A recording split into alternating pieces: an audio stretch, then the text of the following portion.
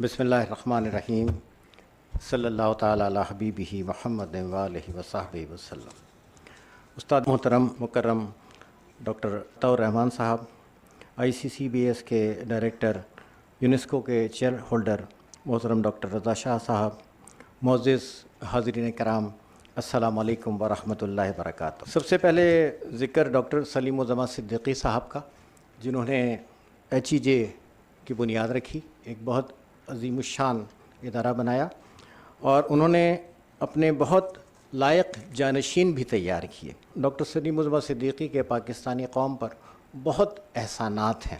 ان کا ایک احسان آج ڈاکٹر عطاء الرحمن صاحب کی شکل میں ہمارے سامنے ہے۔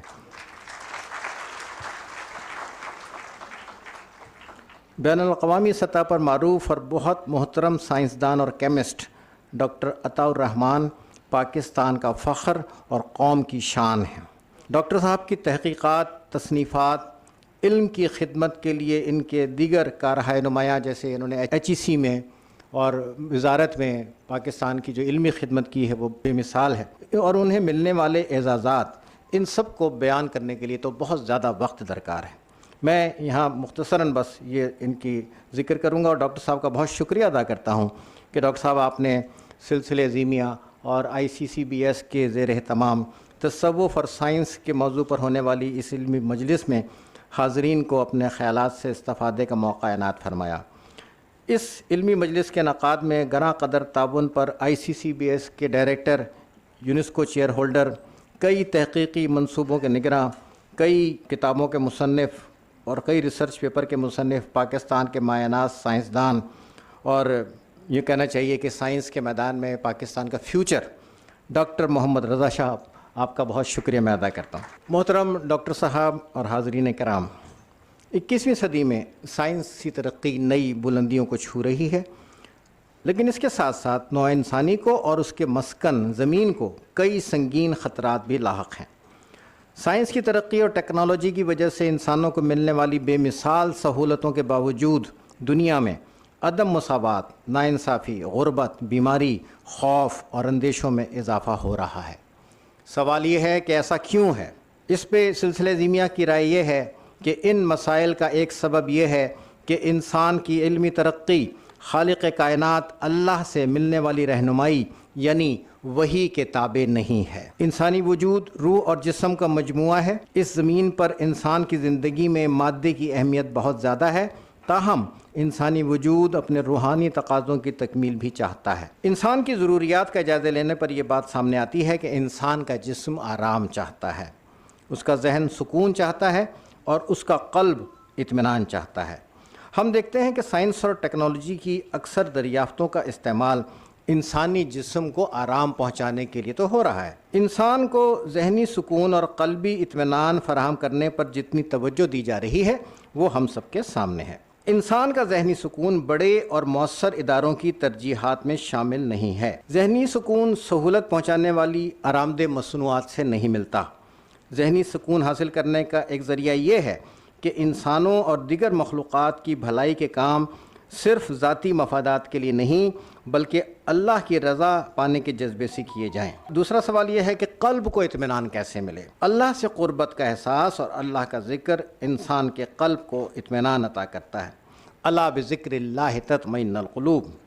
اس کے لیے ضروری ہے کہ ضمیر کی آواز کو سنا جائے اور ضمیر کی تنبیہ پر عمل کرنے کا حوصلہ پیدا کیا جائے، نور باطن سے استفادہ کیا جائے۔ سلسلہ عظیمیہ کے امام حضرت محمد عظیم برخیا تصوف کی ڈیفینیشن میں فرماتے ہیں کہ تصوف نور باطن ہے، یہ ایسا خالص ضمیر ہے جس میں کثافتیں نہیں ہوتی۔ دین اسلام اور تصوف کی تعلیمات سے پتہ چلتا ہے کہ ہر عمل کا ایک خارجی اور ایک باطنی رخ ہوتا ہے۔ ظاہری عمل خارجی رخ ہے اور اس عمل کے پیچھے نیت باطنی رخ ہے۔ اس نقطے کو سامنے رکھتے ہوئے میں یہ عرض کروں گا کہ علم کے بھی دو رخ ہوتے ہیں، ایک علم کا مشاہداتی اور تجرباتی پہلو ہے اور دوسرا علم کا روحانی پہلو ہے۔ اس بات کو اس طرح بھی کہا جا سکتا ہے کہ سائنس کا ایک روحانی پہلو بھی ہے، اسے ہم اسپریچویلٹی آف سائنس کہہ سکتے ہیں۔ اس پہلو پر غور کیا جائے تو واضح ہوتا ہے کہ تحقیق کے میدان اسپریچویلٹی آف سائنس اور سائنس آف اسپریچولیٹی بھی ہیں۔ سائنس اور ٹیکنالوجی نے انسان کے ظاہر کو پیش نظر رکھا ہے، تصوف نے انسان کے باطنی پہلو پر توجہ دی ہے۔ صوفیہ اللہ کی صفات کو اپنے باطن میں سفر یعنی جرنی ودن کے ذریعے سمجھنا چاہتے ہیں۔ تصوف اور سائنس بظاہر دو مختلف جہات سے تعلق رکھتے ہیں، تاہم دونوں کا مقصد کائنات کے اسرار کو جاننا اور حقیقت کی تلاش ہے۔ اس لحاظ سے دیکھا جائے تو صوفی اور سائنٹسٹ ایک ہی منزل کے دو راہی ہیں۔ سائنس اور ٹیکنالوجی کے عروج کے اس دور میں انسان کے روحانی وجود اور باطنی تقاضوں پر زیادہ توجہ نہ دینے کی وجہ سے اسٹریس، ٹینشن، ڈپریشن، حتیٰ کہ چھوٹے بچوں میں ذہنی مسائل سمیت کئی ذہنی اور جسمانی بیماریاں عام ہو رہی ہیں۔ انسانوں کی ایک بڑی تعداد عدم تحفظ میں مبتلا ہو کر خود کو تنہا سمجھ رہی ہے۔ موجودہ دور میں تصوف اور سائنس کا امتزاج ایک ایسی فکری اور روحانی راہ فراہم کرتا ہے جس کے ذریعے انسان کی دریافتیں اس دنیا میں خیر، ہر نوع کی بقا اور زمین کے لیے سازگار ماحول کی بنیاد بن سکتی ہیں۔ یہ ساری کائنات اللہ تعالیٰ کی صفات کا مظاہرہ ہے۔ ہم سمجھتے ہیں کہ نیچرل سائنس کے عالموں کے ذریعے ہونے والے انکشافات اور ان کی دریافتیں دراصل خالق کائنات کی مختلف صفات سے آگہی کی کوششیں ہیں۔ اللہ کائنات کا حقیقی اور اولین موجد ہے۔ انسان کوئی چیز ایجاد نہیں کرتا، انسان دراصل دریافت کرتا ہے۔ اللہ کی بنائی ہوئی مختلف چیزوں کو مختلف انداز میں ملا کر انسان قوانین قدرت کو سمجھتا ہے اور اشیاء کی نئی نئی ماہیتوں کو دریافت کرتا ہے۔ یہ اس زمین میں جو بھی کچھ ہے، هو الذی خلق لکم ما فی الارض جمیعا، یہ جو بھی کچھ یہاں ہے سب انسان کے لیے اللہ نے تخلیق کیا ہے، اور انسان ان تخلیقات میں تصرف کر کے نئی نئی چیزیں بناتا ہے۔ تو لہٰذا ہم سلسلے زیمیہ میں کہتے ہیں کہ انسان ایجاد نہیں کرتا بلکہ انسان دریافت کرتا ہے۔ تصوف اور سائنس کا امتزاج ایک ایسی فکری اور روحانی مشترکہ راہ فراہم کرتا ہے جس کے ذریعے انسان کی دریافتیں اس دنیا میں خیر اور ہر نوع کی بقا اور زمین کے لیے سازگار ماحول کی بنیاد بن سکتی ہیں۔ سلسلہ زیمیہ ماڈرن سائنس اور روحانی علوم دونوں کی اہمیت اجاگر کرنا چاہتا ہے۔ سلسلہ عظیمیہ کے اغراض و مقاصد کا چوتھا نقطہ علم دین کے ساتھ ساتھ لوگوں کو روحانی اور سائنسی علوم کی ترغیب دینا ہے۔ سلسلہ عظیمیہ کے امام حضرت محمد عظیم برقیہ نے اپنی کتاب لوح قلم میں لکھا ہے، آج کی نسلیں گزشتہ نسلوں سے زیادہ مایوس ہیں اور آئندہ نسلیں اور بھی زیادہ مایوس ہونے پر مجبور ہوں گی۔ نتیجے میں نو انسانی کو کسی نہ کسی وقت نقطۂ توحید کی طرف لوٹنا پڑے گا۔ موجودہ دور کے مفکر اور سائنٹسٹ کو چاہیے کہ وہ وحی کی طرز فکر کو سمجھے۔ کوٹ ان کوٹ۔ سلسلہ عظیمیہ کے بزرگ خواجہ شمس الدین عظیمی نے امت مسلمہ کو بار بار حصول علم، خصوصاً سائنسی علوم اور ٹیکنالوجی میں مہارت حاصل کرنے کی ترغیب دی ہے۔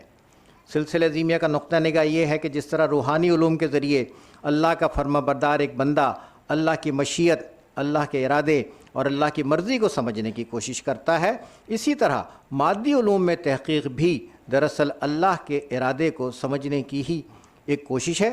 ہمارا نقطہ نظر یہ ہے کہ اس کوشش کو وحی کے تابع ہونا چاہیے۔ اس انسان کی ان کوششوں کو خالصتاً انسان کی عقل اور انسان کی مرضی پر نہیں چھوڑنا چاہیے، بلکہ یہ ڈسپلن وحی کے تحت چلنا چاہیے۔ ہمارا نقطہ نظر یہ ہے کہ مادی اور روحانی علوم کی یکجائی انسانیت کے لیے فلاح اور اس زمین کے لیے بقا کا ذریعہ بنے گی۔ ہم سمجھتے ہیں کہ سائنس کے شعبوں میں تحقیقات اور ٹیکنالوجی سے استفادہ ضرور کیا جائے، تاہم اس سفر میں انسان کی باطنی ضروریات کو اور اعلیٰ انسانی اقدار کو نظر انداز نہ کیا جائے۔ اس حقیقت کو ہمیشہ پیش نظر رکھا جائے کہ انسان آخرت میں اپنے خالق اللہ کو جواب دہ ہے۔ اگر انسان کی نیت بہتر ہوگی اور اللہ کے آگے جواب دہی کا یقین ہوگا تو سائنسی دریافتوں کی وجہ سے ہونے والی ترقی زمین کے لیے کسی خطرے کا باعث نہیں بنے گی، بلکہ اللہ کے آگے جواب دہی کے یقین کے تحت ہونے والی ترقی زمین کے ماحول کے استحکام اور زمین پر آباد انواع کی بقا کا ذریعہ بنے گی۔ محترم ڈاکٹر صاحب، معزز حاضرین کرام، بہت بہت شکریہ۔ السلام علیکم۔